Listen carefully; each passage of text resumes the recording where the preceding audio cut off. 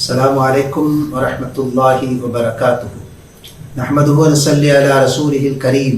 أما بعد فقد قال الله تعالى في محكم التنزيل: أعوذ بالله من الشيطان الرجيم. بسم الله الرحمن الرحيم. والذين صبروا ابتغاء وجه ربهم وأقاموا الصلاة وأنفقوا مما رزقناهم سرا وعلانية. صدق الله العظيم. قال النبي صلى الله عليه وسلم: اتق النار ولو بشق تمرة. صدق النبي الكريم. ربي أوزعني أن نشكر نعمتك التي أنعمت علي. اللهم اغفر شيوخنا ولجميع الحاضرين برحمتك يا أرحم الراحمين. அன்பிற்குரிய அல்லாஹ்வின் நல்லடியார்களே, தாய்மார்களே, சகோதரிகளே, அறிவுடையவர்கள் யார் என்கிற ஒரு கேள்விக்கு விடையளிக்கிற போது அல்லாஹ் சுப்ஹானஹு வ தஆலா திருமறையிலே மேலே நான் வாசித்து காட்டிய வசனத்தில் இப்படி சொல்லுகிறான்: இறைவனுக்காக பொறுமை கொள்ளக்கூடியவர்கள், தொழுகையை நிலைநாட்டக்கூடியவர்கள், இரகசியமாகவும் பரகசியமாகவும் தர்மம் செய்யக்கூடியவர்கள் என்று சொல்கிறார். தர்மம் செய்வது என்பது ஒரு உயர்ந்த பண்பு. அது இரகசியமாகவும் இருக்க வேண்டும், சமயங்களில் வெளிப்படையாகவும் இருக்க வேண்டும். தர்மம் செய்வதற்கு 3 விஷயங்கள் தேவை. ஒன்று, அந்த பொருள் ஹலாலாக இருக்க வேண்டும். 2, அது மனம் வந்து கொடுக்கப்பட வேண்டும். 3வது, தர்மம் செய்ததற்கு பிறகு சொல்லி காட்டுவது, அவர்களை ஏளனப்படுத்துவது என்கிற அளவில் நோவினை தருவதாக இருக்கக்கூடாது. இந்த 3 விஷயங்கள் அதிலே கடைபிடிக்க வேண்டும். நபி ஸல்லல்லாஹு அலைஹி வஸல்லம் இடத்திலே சிறந்த தர்மம் எது என்று ஒருமுறை கேட்கப்பட்ட போது, விலை உயர்ந்ததும் உனக்கு மிக பிரியமானதுமான அடிமையை விடுதலை செய்வது என்று நபி ஸல்லல்லாஹு அலைஹி வஸல்லம் சொன்னார்கள். விலை உயர்ந்தது என்று சொன்னால் தனக்கு வைத்துக் கொள்ள வேண்டும் என்கிற ஒரு மனோநிலை மக்களிடத்திலே இருக்கும். அதுபோல பிரியமானது என்று சொன்னாலும் தனக்கு இருக்கட்டும் என்கிற எண்ணம் இருக்கும். ஆனால் விலை உயர்ந்த நிலையிலும் தனக்கு பிரியமான நிலையிலும் அதை தர்மம் செய்வது என்பதற்கு ஒரு உயர்ந்த மனம் வேண்டும். எனவேதான் அது உயர்ந்த தர்மம் என்று நபிகள் நாயகம் ஸல்லல்லாஹு அலைஹி வஸல்லம் சொன்னார்கள். பள்ளிக்கூடத்திலே மாணவர்களுக்கு தர்மத்தினுடைய சிறப்புகள் எடுத்து சொல்லிவிட்டு ஆசிரியர் கேட்டார், உன்னிடத்தில் 2 பங்களா இருந்தால் நீ என்ன செய்வாய் என்று ஒரு மாணவனை எழுப்பி கேட்டார். அவன் சொன்னான், சார், நான் ஒரு பங்களாவை கொடுத்துருவேன். 2 கார் இருந்தால் ஒரு காரை நான் கொடுத்து விடுவேன் என்றார். 2 பேனாக்கள் இருந்தால் என்ன செய்வாய் என்று கேட்டதற்கு நான் அதை கொடுக்க மாட்டேன் என்று சொன்னார். ஆசிரியருக்கு குழப்பமாய் போய்விட்டது.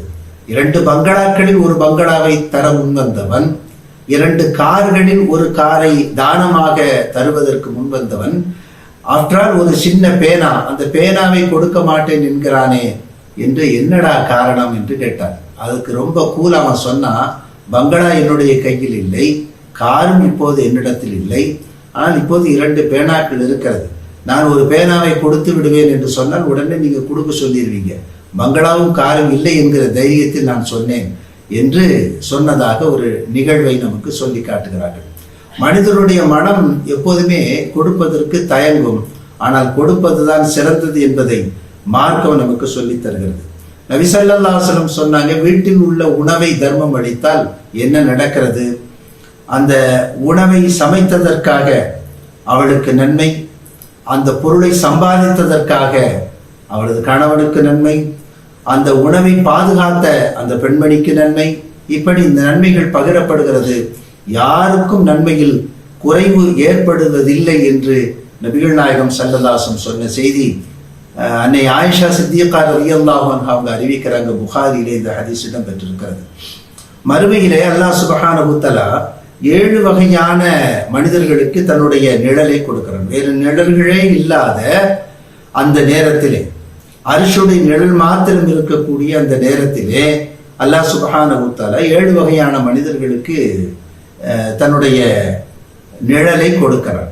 அந்த 7 வகையிலே ஒருவர் யார் என்றால், வலது கை கொடுப்பது இடது கைக்கு தெரியாமல் இருப்பவர். அந்த அளவிற்கு ரகசியமாக தர்மம் செய்யக்கூடியவர். தர்மம் பகிரங்கமாகவும் செய்யலாம், செய்யக்கூடாது என்பதல்ல. நம்மை பார்த்து பிறரும் இந்த நல்ல பழக்கத்தை மேற்கொள்ள வேண்டும் என்பதற்காக அப்படி செய்யலாம். ஆனால் புகழுக்காக, பெருமைக்காக, பலரும் தன்னை பாராட்ட வேண்டும் என்பதற்காக செய்யக்கூடாது. தன்னை பார்த்து இந்த நல்ல காரியங்களை அவரும் செய்ய வேண்டும் என்று உயர்ந்த நோக்கத்திலே பகிரங்கமாக செய்யலாம் என்று சொன்னாலும் அதை ரகசியமாக செய்வது எந்த அளவிற்கு ரகசியம் என்று சொன்னால் வலது கை கொடுப்பது இடது கைக்கு கூட தெரியாத அளவிற்கு ரகசியமாக கொடுப்பது மிகச் சிறந்தது. அப்படி கொடுப்பவருக்கு அர்ஷுடைய நிழலை வழங்குகிறான் என்று சொல்லி நபிகள் நாயகம் ஸல்லல்லாஹு அலைஹி வஸல்லம் சொன்னார். இன்னும் உச்சபட்சமாக ஒரு மனிதன், ஒரு முஸ்லிம் தன்னுடைய குடும்பத்திற்கு செலவழிப்பது கூட அவனுடைய நன்மை கணக்கில் எழுதப்படும் என்று நபிகள் நாயகம் ஸல்லல்லாஹு அலைஹி வஸல்லம் சொன்னாங்க.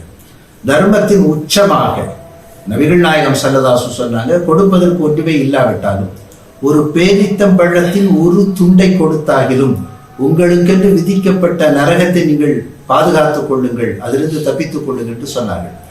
சின்னஞ்சிறிய தர்மம் பெரும் ஆபத்தை தடுக்கும் என்கிற கருத்தில் இந்த செய்தியை நபிகள் நாயகம் ஸல்லல்லாஹு அலைஹி வஸல்லம் சொன்னார். எனவே நாம் எப்போதுமே கொடுக்க வேண்டும்.